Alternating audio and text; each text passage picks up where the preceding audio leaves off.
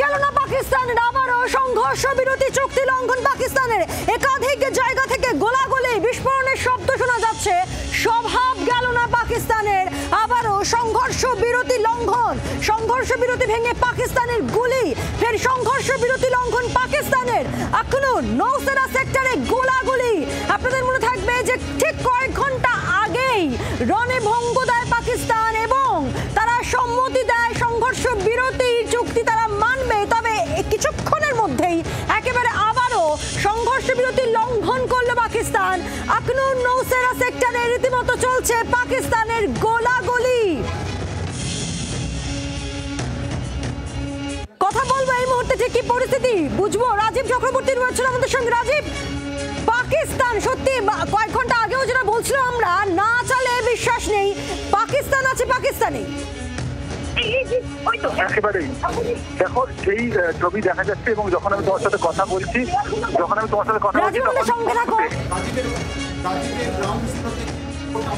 রাজীব তোমার পাঠানো গ্রাউন্ড জিরোর রিপোর্টে আমরা একবার নজর রাখবো।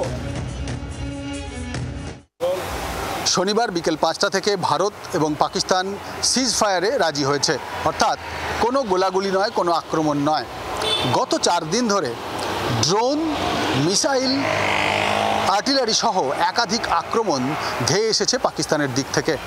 আর তারপর শুরু হয়েছে সিজ ফায়ার। কিছুটা হলেও স্বাভাবিক ছন্দে ফিরতে চাইছে জম্মু এবং কাশ্মীর।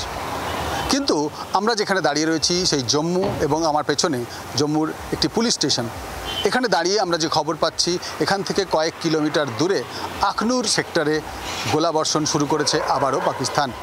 আর আরও একটু দূরে নওশেরা সেক্টরেও একই ছবি, অর্থাৎ নিয়ন্ত্রণ রেখা বরাবর পাকিস্তান গতকালের মতোই আবারও আক্রমণ শানাচ্ছে ভারতকে লক্ষ্য করে। এই ছবি যদি চলতে থাকে তাহলে একটা প্রশ্ন উঠছেই, এই সিজ ফায়ার কতক্ষণ আর ভারতের ধৈর্যের পরীক্ষা আর কতক্ষণ নেবে পাকিস্তান।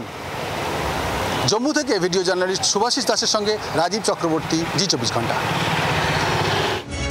কথা বলবো, রাজীব চক্রবর্তী রয়েছে আমাদের সঙ্গে। রাজীব, তোমারই পাঠানো প্রতিবেদন আমরা দেখছিলাম, কি নির্লজ্জ পাকিস্তান। কয়েক ঘন্টা আগে তারা একেবারে মেনে নিল যে এখন থেকে আর কোনো গোলাগুলি হবে না, কিন্তু কয়েক ঘন্টার মধ্যে আবারও ভোল বদল, গিরগিটির মতো।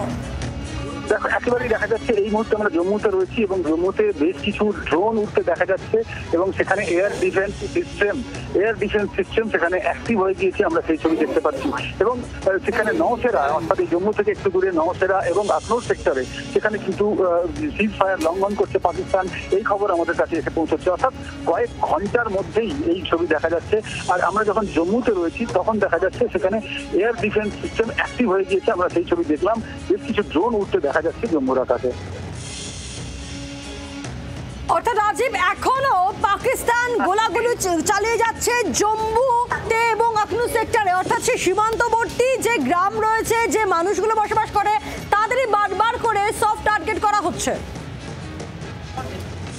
দেখো টার্গেট তো করা হচ্ছে, কিন্তু তারা যে সিজ ফায়ার মানছে না, সেটি থেকে প্রমাণ হচ্ছে তারা একই ঘটনার পুনরাবৃত্তি করছে এবং একেবারেই স্পষ্ট যে পাকিস্তানেই রয়েছে, তাদের স্বভাব কোনো মতেই বদলাচ্ছে না।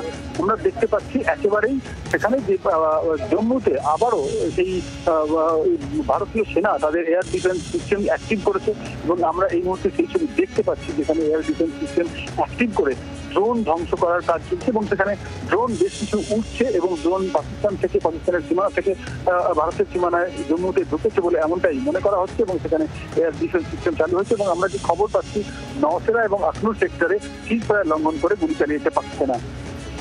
ঠিক এই জায়গা থেকে রাজীব, কয়েক ঘন্টা আগেই যেটা সিদ্ধান্ত হয়েছিল যে আগামী 2 দিন আপাতত কোন রকমের সংঘর্ষ বিরতি চুক্তি লঙ্ঘন করা হবে না, দুদেশই তা মানবে, কিন্তু দেখা গেল পাকিস্তান কয়েক ঘন্টার মধ্যেই তাদের রূপ দেখিয়ে দিল তারা।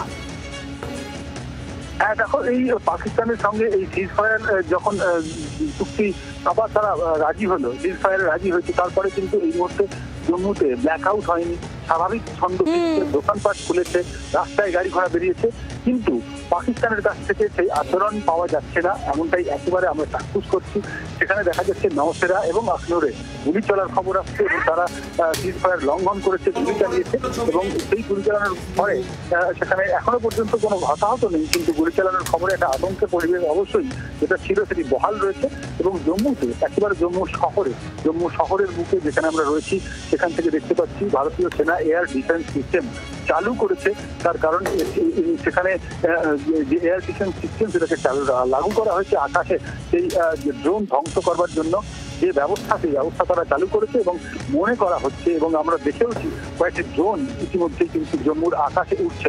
সেক্ষেত্রে এই ড্রোনগুলি পাকিস্তান থেকে আসা ড্রোন বলেই মনে করা হচ্ছে এবং ভারতীয় বায়ুসেনা তারা একেবারেই সতর্ক রয়েছে, অ্যালার্ট মোডে রয়েছে।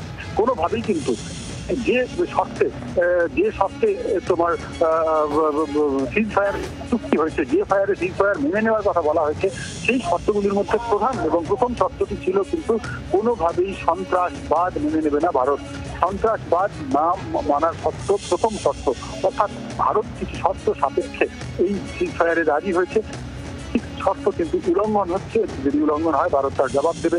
একেবারেই সন্ত্রাসবাদীদের ধ্বংস করার জন্য, সন্ত্রাসবাদীদের মুখের মতো জবাব দেওয়ার জন্য ভারত একেবারে প্রস্তুত রয়েছে এবং সেই প্রস্তুতির ছবি আমরা দেখতে পাচ্ছি। তার কারণ যে আনআইডেন্টিফাইড যে সমস্ত ড্রোন দেখা যাচ্ছে সেগুলিকে ধ্বংস করার জন্য ভারতীয় বায়ুসেনার যে এয়ার ডিফেন্স সিস্টেম সেটি কিন্তু চালু হয়েছে। রাজীব, তাহলে আজকে যেহেতু এখন এই মুহূর্তে আবারও দেখা যাচ্ছে যে সংঘর্ষ বিরতি ভেঙে বারবার পাকিস্তান গোলাগুলি করছে, একটু বোঝার চেষ্টা করবো, তুমি যেহেতু একেবারে ওইখানেই রয়েছো গ্রাউন্ড জিরোতে, তাহলে কি আজকে ব্ল্যাক আউট হয়েছে? এখন কি ব্ল্যাক আউট রয়েছে? সাইরেন কি বাজছে? না, দেখো সাইরেন বাজছে না, ব্ল্যাক আউট হয়নি, কিন্তু ভারত ভরসা রাখছে যে এই যে সিজ ফায়ার তারা রাজি হয়েছে সেটি তারা চালু থাকবে এবং সেটিতে কোনোভাবেই লঙ্ঘন করা হবে না। কিন্তু পাকিস্তানের তরফ থেকে একটু সন্দেহজনক ড্রোন জম্মুর আকাশে দেখা যাচ্ছে, এটাই সব থেকে বড় এই মুহূর্তের খবর। কারণ সন্দেহভাজন যে সমস্ত ড্রোন আকাশে দেখা যাচ্ছে সেগুলিকে ধ্বংস করবার জন্য ভারতীয় বায়ুসেনার S-400 যথেষ্ট সেটিকে অ্যাক্টিভ করা হয়েছে। সেই ছবি আমরা দেখেছি এক্ষুনি, কিছুক্ষণের মধ্যেই সেটিকে অ্যাক্টিভ করা গেছে। এবং সিজ ফায়ার লঙ্ঘনের বিষয়টি তোমাকে জানিয়ে রাখি যে এটি চিরাচরিত পাকিস্তানের স্বভাব। সিজ ফায়ার তারা লঙ্ঘন করে এবং ভারতের ঘাড়ে দোষ চাপায়। নওশেরা এবং আখনুর সেক্টর থেকে খবর আমরা পেয়েছি সেখানে সিজ ফায়ার লঙ্ঘন করেছে পাকিস্তান এবং এটা যদি চলতে থাকে তাহলে এই সিজ ফায়ার কতক্ষণ 12 তারিখ পর্যন্ত তার আয়ু থাকবে কিনা, স্থায়িত্ব থাকবে কিনা সেটা এখন বলা যাচ্ছে না। বাংলার আওয়াজ, বাঙালির আবেগ, জি 24 ঘন্টা।